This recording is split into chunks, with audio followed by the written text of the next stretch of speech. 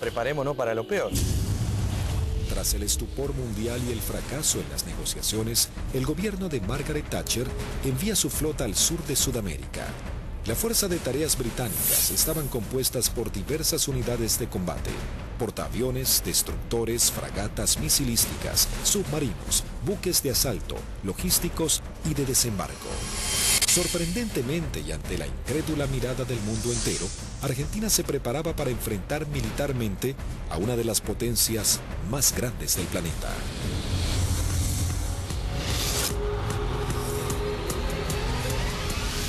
Los pilotos argentinos tuvieron un veloz entrenamiento para aprender a neutralizar objetivos navales sin ser derribados.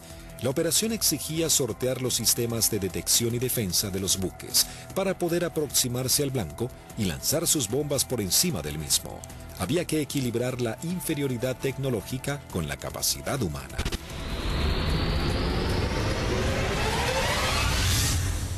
Empezamos a buscar la forma de suplir todas las deficiencias que en ese momento contaba el medio aéreo nuestro, que era la 4 Skyhawk. Y obviamente no teníamos contramedidas electrónicas para afectar tanto los radares como los lanzadores que poseían los británicos,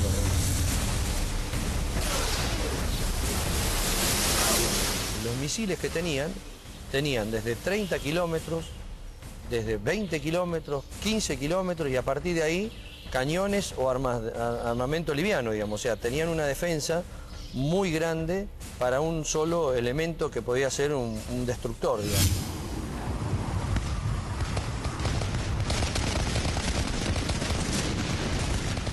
Entonces determinamos, con ayuda también de la Universidad del Sur, cuáles eran los niveles de vuelo que teníamos que realizar para poder volar bajo el lóbulo y no ser detectados por el radar. Eso nos dio a qué altura teníamos que estar en función de la distancia a donde podíamos encontrar el blanco. Y en la última parte, ya desde unos 50 kilómetros del blanco, teníamos que volar por debajo de los 15 metros, bastante pegados al agua, para no ser detectados por ese lóbulo. Dentro de los 20 kilómetros ya nos tomaba. Pero esa demora impedía que los sistemas de armas dirigidos por radar pudiesen apuntarnos con mayor anticipación, y eso evitaba de alguna manera o demoraba la posibilidad de ser derribados. Los aviones debían volar a escasos metros del suelo, no más de 10 metros a velocidades que oscilaban entre los 900 y 1000 kilómetros por hora. La mayoría no poseía radares y las comunicaciones debían ser mínimas para evitar ser detectados. Las maniobras eran realmente arriesgadas, pero parecía ser la única forma de poder enfrentar a la moderna flota británica. El adiestramiento de vuelo rasante era complejo y arriesgado. En el mar no había ninguna referencia visual de la altura en que se encontraba. Los A4B y A4C no contaban con un radioaltímetro, instrumento fundamental que mide la altura en la que se encuentra el avión con respecto a la superficie del suelo. El instinto y el oficio pasaron a ser herramientas vitales para los pilotos. Durante la práctica le tratábamos de decir al guía que volara más bajo, hasta tanto perdiéramos la vista del horizonte mar y ya empezaba a entrar en el efecto suelo, digamos, del mar, digamos, empezaba a cabalgar sobre la turbulencia que producía el aire, digamos, cerca del mar. El armamento que utilizaba la Fuerza Aérea estaba compuesto por diferentes bombas antiguas, paradójicamente de origen británico. Y nosotros usábamos una bomba inglesa, la ANM65A1, de 1000 libras, una bomba del Avro Lincoln, inglesa, de demolición de manzanas, que la devolvimos con muchísimo cariño, y sin costo, como decía alguno. Paralelamente a los entrenamientos y mientras la flota británica se acercaba más y más, la Armada comenzaba una carrera contra el tiempo intentando de poner en servicio 8 de sus Skyhawks. También los técnicos buscaban poner en funcionamiento los escasos misiles Exocet que habían llegado al país antes del retiro francés. Hasta ese momento esta tecnología solo había sido probada en polígonos de tiro por sus fabricantes. nos dan la orden de la posibilidad de poner a punto el diálogo entre lo que era el sistema nuevo del superestándar con el misil M39. Cuando conectamos todo aquí en el país, el sistema no funcionaba porque eran un avión con un corazón de la época del 80 con las valijas de test que eran de la época del 70. Había ingenieros que se dedicaban a desglosar todo lo que era la parte matemática, cómo traspasar distintas informaciones, y algunas de las cosas también se hicieron por ensayo y error. Se iba buscando como un candado a combinación, ¿no? Se iba buscando número por número hasta llegar al número ideal que el misil pueda leer la información del avión. Y bueno, eso nos llevó un tiempo, hasta que un día la valija que reemplazaba al misil nos da que el misil había salido y que todos los parámetros que habíamos colocado estaban incorrectos. Eso ya nos daba un alto porcentaje de seguridad de que el misil por lo menos recibía la información correcta.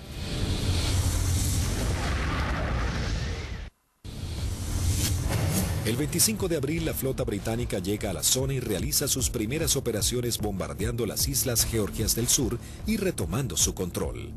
5 días después, el 1 de mayo, tiene lugar el inicio de los enfrentamientos en las Islas Malvinas y comienza la batalla aérea.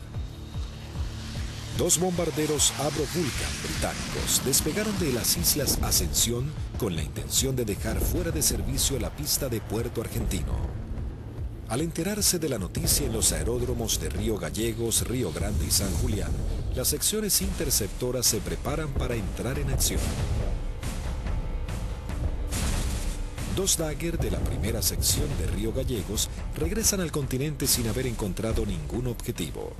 Una segunda sección de Dagger de la base de Río Grande es la primera en hacer contacto con aviones Harrier británicos. Al despegar hicieron contacto con el radar Malvinas, operado por la Fuerza Aérea Argentina. Con un alcance de 300 kilómetros a la redonda, se convertía en los ojos de los pilotos. A través de ellos podían saber qué aeronaves había en el teatro de operaciones.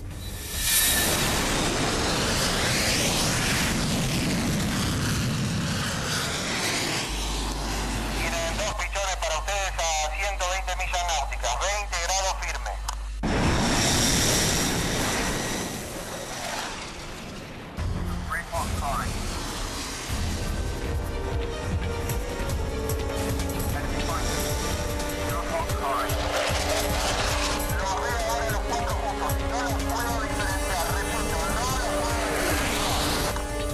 Los 4 interceptores comienzan a dar giros buscándose unos a otros, los argentinos con 22.000 pies y los Harrier 4.000 pies más abajo. Ahora los tienen a 9 millas de frente y a 1 milla al costado derecho.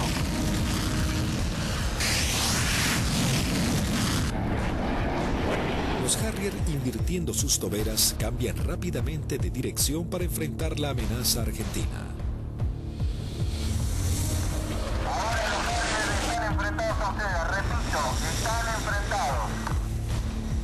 Los Harrier se niegan a tomar altura para enfrentar a los argentinos, ya que los Dagger tienen un mejor desempeño en altura. Tampoco los argentinos descienden a donde el Harrier corre con ventajas.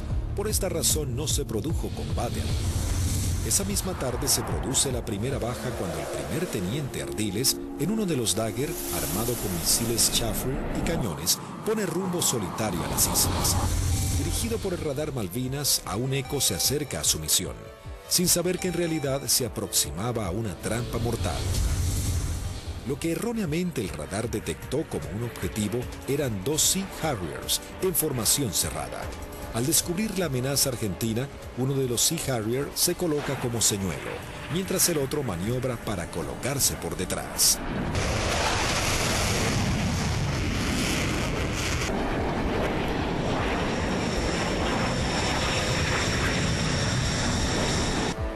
Ardiles se coloca en posición de disparo y lanza un misil Chaffir que es evadido por el piloto británico. En esos segundos decisivos, el segundo Harrier logra colocarse detrás del avión de Ardiles y acciona su disparador lanzando un misil contra el Dagger. El piloto argentino no pudo eyectarse. Comienza la batalla aérea. Dos bombarderos Avro Vulcan británicos despegaron de las Islas Ascensión con la intención de dejar fuera de servicio la pista de Puerto Argentino. Al enterarse de la noticia en los aeródromos de Río Gallegos, Río Grande y San Julián, las secciones interceptoras se preparan para entrar en acción. Dos Dagger de la primera sección de Río Gallegos regresan al continente sin haber encontrado ningún objetivo. Una segunda sección de Dagger de la base de Río Grande es la primera en hacer contacto con aviones Harrier británicos. Al despegar hicieron contacto con el radar Malvinas, operado por la Fuerza Aérea Argentina. Con un alcance de 300 kilómetros a la redonda, se convertía en los ojos de los pilotos. A través de ellos podían saber qué aeronaves había en el teatro de operaciones.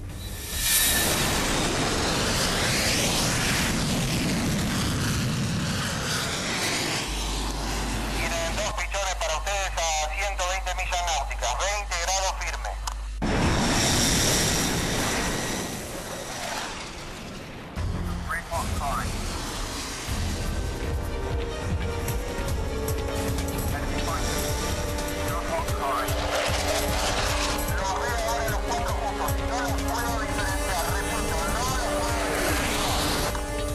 Los 4 interceptores comienzan a dar giros buscándose unos a otros. Los argentinos con 22.000 pies y los Harrier. Esta tecnología solo había sido probada en polígonos de tiro por sus fabricantes.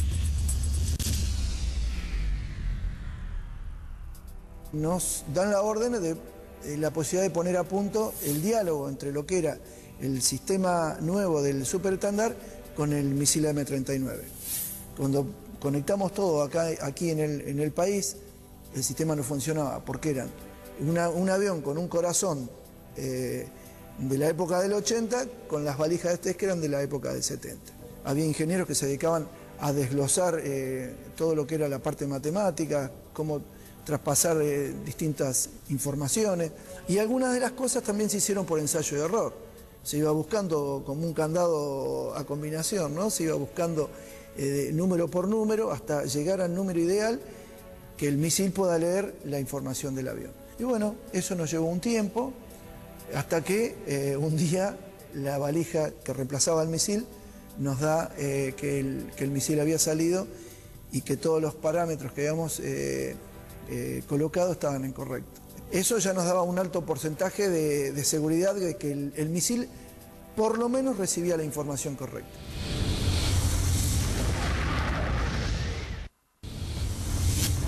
El 25 de abril la flota británica llega a la zona y realiza sus primeras operaciones bombardeando las islas Georgias del Sur y retomando su control.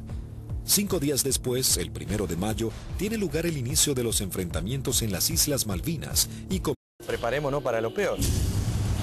Tras el estupor mundial y el fracaso en las negociaciones, el gobierno de Margaret Thatcher envía su flota al sur de Sudamérica. La Fuerza de Tareas británicas estaban compuestas por diversas unidades de combate, portaaviones, destructores, fragatas misilísticas, submarinos, buques de asalto, logísticos y de desembarco. Sorprendentemente y ante la incrédula mirada del mundo entero, Argentina se preparaba para enfrentar militarmente a una de las potencias más grandes del planeta.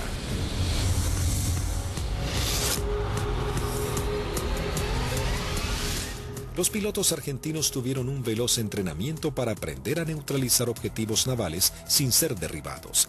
La operación exigía sortear los sistemas de detección y defensa de los buques para poder aproximarse al blanco y lanzar sus bombas por encima del mismo. Había que equilibrar la inferioridad tecnológica con la capacidad humana.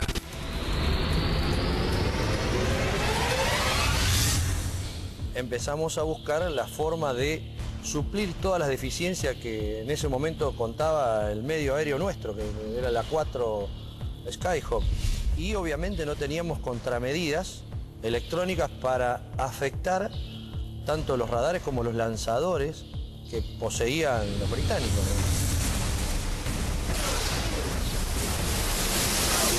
¿no? Los misiles que tenían desde 30 kilómetros, desde 20 kilómetros, 15 kilómetros y a partir de ahí cañones o armamento liviano, digamos. O sea, tenían una defensa muy grande para un solo elemento que podía ser un destructor, digamos.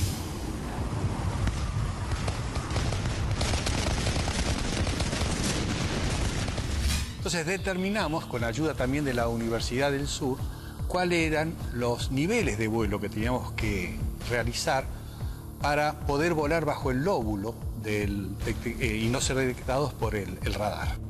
Eso nos dio a qué altura teníamos que estar en función de la distancia a donde podíamos encontrar el blanco. Y en la última parte, ya desde unos 50 kilómetros del blanco, teníamos que volar por debajo de los 15 metros, bastante pegados al agua, para no ser detectados por ese lóbulo. Dentro de los 20 kilómetros ya nos tomaba.